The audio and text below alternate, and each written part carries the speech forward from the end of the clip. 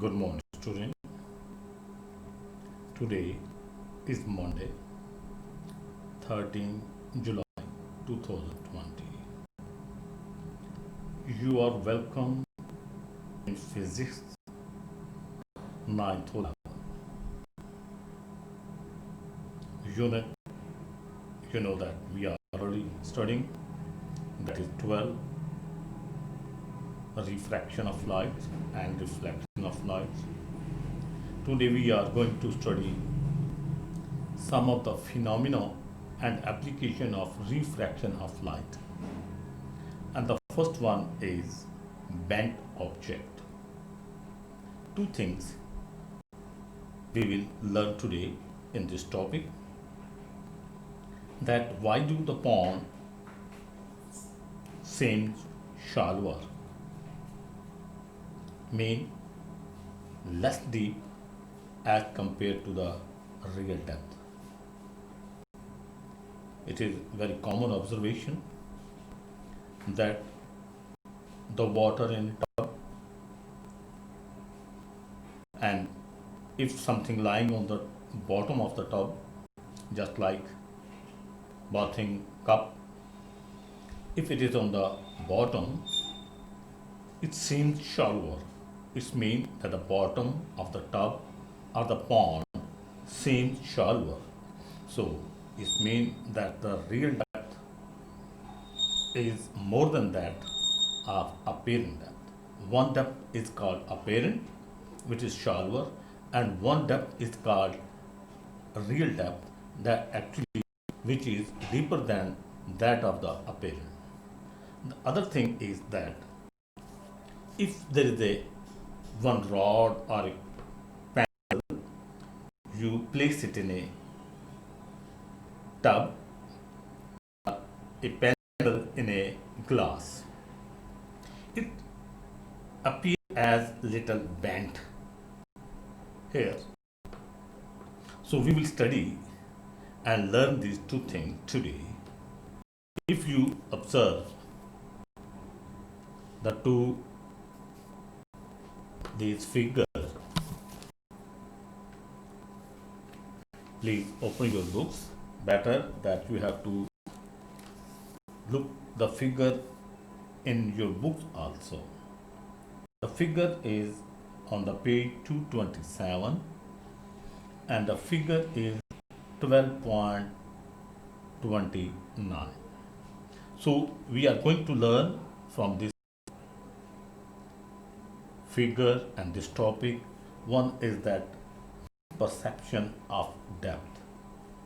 Swimming pools appear shallower than that of actually are because of the refraction. Now if we see that this one is a water tub, and this is the real depth of the water A to B. Here I mentioned A and B. This one is a real depth, and there is a B dash. A, the water surface is remain as it is A, but the real depth is AB, but it appear as, or you can say that apparent depth is AB dash. How it is? You have learned that refraction, light rays, they refract. When the refraction is there, they leave their actual path and turn toward the normal or moves away from the normal. When the light rays enter from air or the rarer medium to the denser medium, it's bent toward the normal. But vice versa, when the light rays goes from denser medium to rarer medium, it bends away from the normal. Here we are studying only the two rays.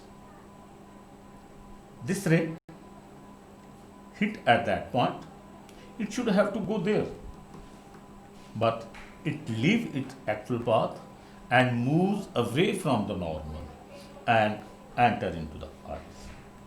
Likewise, the second ray, this moves through the water, hit at that point on the surface of the water, and it moves away from the normal. Normal is this, it have to go in this direction, but it leaves its path and moves little away from the normal. So the first ray and the second ray, then we look in the eyes at the two rays appear as. Now this light comes here, and if we forward it up to this point and this point, both meet at this point. It is O and it is O dash. It is O, this point is O, and here actual the rays meet at point A, O, but both of the rays appear as they meet at point O. So this point O or B dash is the apparent point or apparent depth. So A, B is the apparent depth, but the real depth is A and B. So this is why that this place O or B dash, actual the rod is at placed on O, but it appears as that it is on point B dash. So this is the reason that the rod appear as it is bent little. Straight rod appear little bent, likewise this. So today we learn the two things, that what is real and apparent depth, and why do the tub or the pond appear shallower. That real depth is something else and the apparent depth is something else. The second question, that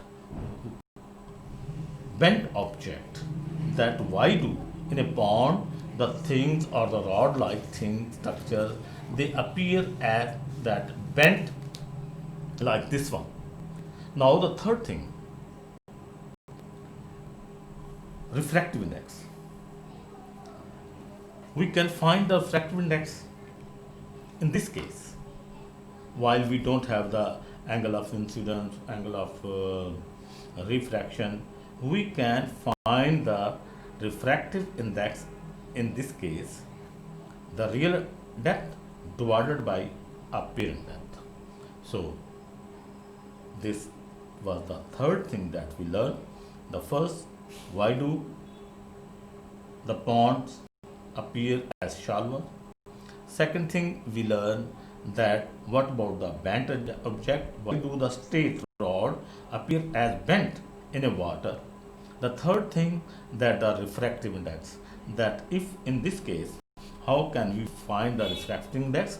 So refractive index will be real depth divided by apparent depth. Both are the depth and both it is the ratio. Very simple, it is the ratio between real depth and apparent depth. So thank you and God bless you. Have a nice day. Hopefully we will see each other tomorrow. Thank you and